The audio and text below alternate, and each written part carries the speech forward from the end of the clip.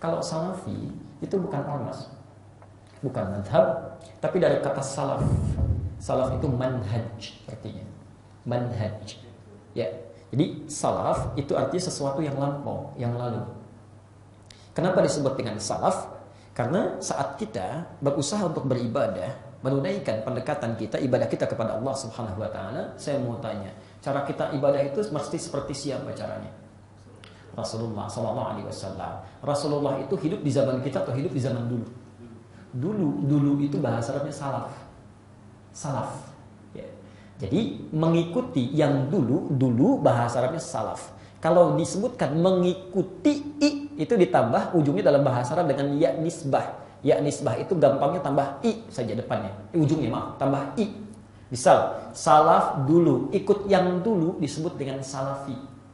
Ya. Ini asalnya salafi itu bukan madhab, bukan kelompok, bukan ormas, tapi manhaj. Ya, satu cara, satu arah supaya kita dalam beribadah mengikuti tuntunan yang dulu Rasulullah SAW yang disampaikan pada para sahabat, sampaikan pada para tabiin. Itu masa lalu dulu. Kita ikuti jalannya. Ikuti jalannya. Nah, saat kita mengikuti jalan itu, maka cara kita disebut dengan salafi. Jadi sebetulnya semua orang Islam itu nggak ada yang nggak salafi, semuanya salafi. Semuanya salafi. Tidak mungkin. Ya kalau ada orang mengaku misalnya saya bukan salafi, berarti sholatnya beda itu. Pasti salafi, nggak mungkin, pasti salafi. Karena salafi itu artinya ikut yang dulu, ikut Nabi. Ya, manhajnya. Di salafi itu bukan golongan tertentu, bukan kelompok tertentu, bukan misalnya eksklusif ini salafi yang lain bukan, tidak. Salafi itu manhaj. Nah, yang 4 disebut dengan manhaj, salafi nyambung kepada Nabi, memilih satu di antara yang 4 disebut dengan madhab. Terus maka dari sini nanti dikenal istilah madhab Hanafi, madhab Maliki, madhab Syafi'i, madhab Hambali. Ada semua. Ya, runtutannya ada. Ya. Karena itu semua yang Imam Syafi'i itu salafi. Imam Abu Hanifah salafi, semuanya salafi. Tapi ketika memilih salah satu untuk memudahkan, kan nggak mungkin dalam sholat dibaca 4-4-nya. Ya. Begitu baca pertama kali, Bismillahirrahmanirrahim. Baca lagi, Bismillahirrahmanirrahim. Kali baca. Langsung Alhamdulillah, bisa. Itu nggak mungkin, pilih salah satu.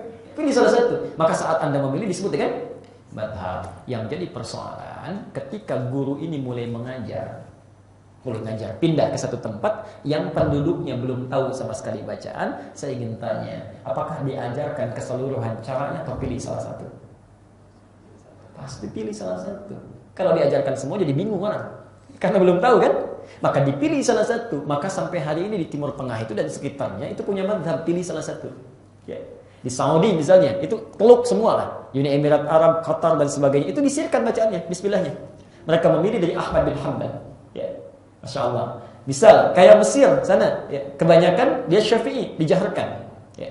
Afrika Utara sebelah sana Maliki, nggak dibaca sama sekali. India, Pakistan Hanafi. Ya. Masya Allah, dipilih. Jadi nggak ada masalah. Mereka nggak ada Ramadannya 2 kali, pasti sekali. Ya. Idul Fitrinya sekali. Ya. Nah, yang saya tanyakan di Indonesia itu, ya, yang mana itu? Orang Indonesia, orang tua kita itu orang hebat. Semua dipelajari. Ya, di orang tua kita dulu belajar, ada yang ke Madinah, ada yang ke Mekah. Mekah dengan Madinah aja bisa beda itu diantaranya. Mekah tarawihnya 23, Madinah bisa 36. Kan? Baik, mari kita lihat. Ada yang kemudian ke India, ke Pakistan belajar. Ada yang ke Mesir, ada yang ke Libya, ada yang ke Tunisia. Ulang lagi. Misal, orang Bandung datangnya misalnya ke Mesir. Ya, orang Betawi pergi ke Madinah. Masya Allah. Orang Padang misalnya perginya ke India, ke Pakistan. Begitu pulang, maaf. Nah, kalau di Mesir subuh kan kunut, Syafi'i, ya. Kemudian kalau yang di Saudi, nah, dia Hambali, dia nggak kunut kecuali nazilah. Ya. Kalau yang di Pakistan juga nggak kunut, Masya Allah. Begitu pulang yang jadi masalah, misal orang Bandung mainlah ke Jakarta, ketemu orang Betawi. Ya. Belum belajar yang di sini, dipelajari yang lain. Belum ketemu satu dengan yang lainnya. Dua-duanya salafi sebetulnya. Ya, cuma satu belum mempelajari yang lainnya. Maka apa yang jadi persoalan ketika sholat di belakang orang yang tidak kunut, nah, kemudian menyimpulkan, ini salah nih kayaknya. Di persoalan nih salah. Nah, itu masalahnya. Jadi khilafiyah yang muncul itu sering terjadi bukan karena persoalan hamdallah, bukan karena persoalan salafi atau bukan. Lebih karena kurang luasnya pengetahuan untuk didapati dan diketahui. Itu poinnya. Jadi jelas Bu ya, Muhammadiyah itu ormas disebut jam'iyah, salafi itu manhaj. Jadi semua orang Muhammadiyah itu pasti Salafi, tapi tidak semua Salafi Muhammadiyah. Jelas di sini? Baik. Ya, saya pernah di Mekah 2010 itu. Begitu nyambut rombongan yang pertama, Masya Allah, itu ke masjid, imamnya mimpin sholat Isya itu. Kalau tidak keliru dulu Syekh Sudais.